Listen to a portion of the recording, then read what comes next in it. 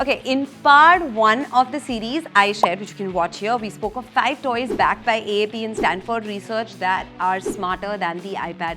That video has been watched by so many parents, and the #1 comment was, give us more. So here are 7 more, but these are all very different. Part 1 was all about toys organized by age. This one is board games and organized by skill. Now, the specific cognitive skill each game secretly builds while your child thinks they're just having fun. Hi everyone, this is Mansi Zaveri and I'm a conscious parenting coach, and I honestly don't recommend games because they're trending. I recommend them because the science says they work.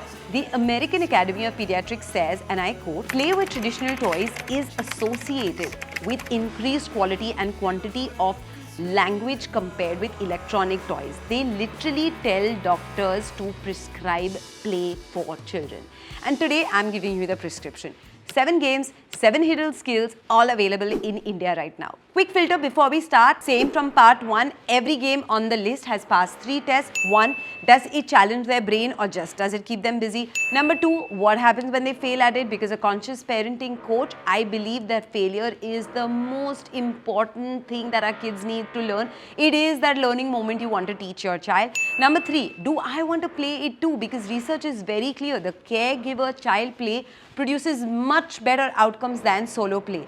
If I'm bored and I won't sit with them, and my presence is really half the benefit. So keep that in mind. Okay, so these 7 games that I'm going to share with you have all passed the test. The first game is Skyjo, and it teaches a skill that no school in India is teaching your child. On the surface, it looks like a simple card game. You're trying to get the lowest score by flipping, swapping, numbered cards. That's really all about it.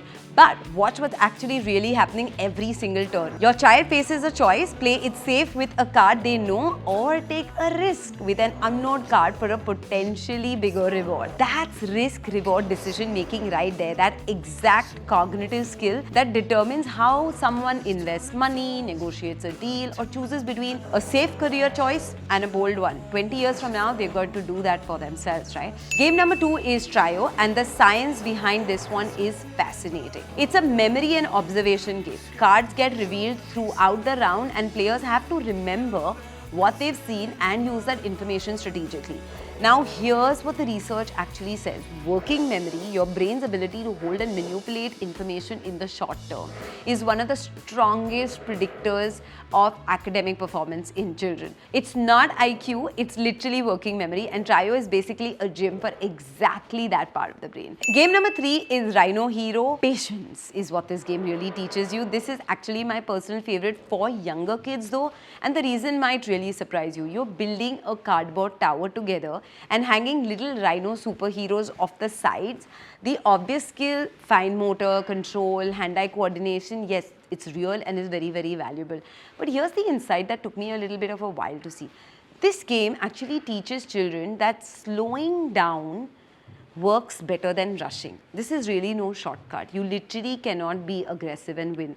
The tower will fall and speed is punished, steadiness is rewarded. Again, this one reminds me of how we build towers with cards and how you have to be so patient. Even one blow of wind can literally make the whole castle tumble. It really feels like that. For a generation growing up on content that moves really at 2-second intervals, where everything is instant, fast, everything is rewarding impulse, a game that rewards patience is genuinely counter-cultural. And one thing that makes this brilliant for Indian families, a 5-year-old and a 12-year-old can play together and both have a real chance of winning. That's rare. Most games are, they sometimes bore the older one and frustrate the younger one. This one sort of works together for both. And really the conscious parenting moment for me, when the tower falls, and it will spectacularly, watch if your child laughs or cry. If they laugh, they've internalized that failure is part of the game. If they cry, they haven't yet. Either way, your response in that moment teaches them more than the game itself. And the ability to rebuild, right, and go back to it and saying, I'm going to build it again, and I'm going to build it again. And then when parents ask me that, Mansi, really, how do you teach resilience? This game is teaching resilience to your children. Game number 4 is Kingdomino. It's an executive function game. And if someone told me I want to introduce my child to strategy games, but I don't want a 2-hour rule explanation, Kingdomino is definitely going to be that answer. Most strategy games have a massive barrier to entry. The rules take so long, and the time you're done explaining, everyone's kind of lost interest, right? Kingdomino sort of solves this. You can learn it in under 10 minutes, but the depth is genuinely there. You're building a kingdom, matching terrain, tiles, planning several moves ahead while adapting when someone takes the tile you wanted. What it's building is spatial reasoning, forward planning, and the ability to hold multiple goals in the mind simultaneously. These are executive function skills, and the AAP's clinical report, the same one I referenced in part 1, if you haven't seen that video, says executive function is, without exaggeration, one of the most important cognitive abilities a child can develop before adolescence. Game number 5 is Sushi Go. It is based on social intelligence, and Sushi Go literally teaches a skill that almost no other game and no school in India is deliberately building, and I wonder why. It's card drafting game. Each round, everyone picks a card and passes the rest to the next player, which means you're not just thinking about what you want, you're constantly trying to figure out what everyone else wants. In developmental psychology, this is called the theory of mind, the ability to model someone else's thinking, anticipate their decisions, and adjust their own strategy accordingly. This is a social intelligence skill. This is the kind that helps children navigate friendships, resolve conflicts, read a room, and later in life become the person everyone wants in their team. As a conscious parenting coach, I notice something specific when families play this. The child is usually the loudest, the one who dominates every game. Suddenly, he is the one who has to listen, not only do that, but also has to observe, has to think about someone else's mind. And that's not just a game skill, that's an empathy skill. Fast rounds, family night perfect, and the sushi theme means every reluctant player's mind is charmed immediately. Game number 6 is called Spotted. It's all about visual processing. When I first saw Spotted, I underestimated it completely. It looks like nothing. Every card has 8 symbols. Between any 2 cards, there's always exactly 1 match. You got to find it first. That's literally the entire game.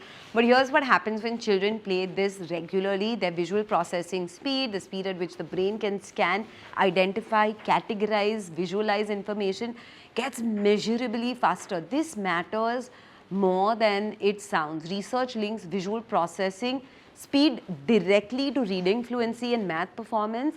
And children who process visual information tend to be faster and more confident readers. And the practical advantage, parents love the fact that it fits into your pocket. Restaurants, flights, waiting rooms, relative houses where they don't want to actually come, but that you've dragged them, where there's nothing for the kids to do. This is the game you should never leave your home without. Okay, and last one, absolute favorite again, is game number 7, which is Rat-a-tat Cat, the maths reframe, right? 4 cards face down, you pick 2 at the start. Throughout the game, you swap cards trying to get the lowest total, but you have to remember which cards you've seen and make intelligent decisions about which ones to swap. Working memory again, number comparison, basic arithmetic, strategic decision making, all simultaneously in a game that plays in 15 minutes. At one of my conscious parenting workshops, I remember one parent distinctly saying that their child hates maths or feels that they're terrible at it. I'm sure these are 3 words that every Indian parent hates, and obviously they had tried tuitions and worksheets and practice papers, but nothing was really changing or shifting the self-belief of that child. And we recommended that, listen, why don't you play this game, which is Rat-a-tat Cat, every night, 15 minutes after dinner. Basically, the child didn't know that she was doing math, she was comparing numbers, adding totals, estimating, strategizing, but it just felt like math. But it didn't really feel like math, it just felt like she was winning, and that felt okay.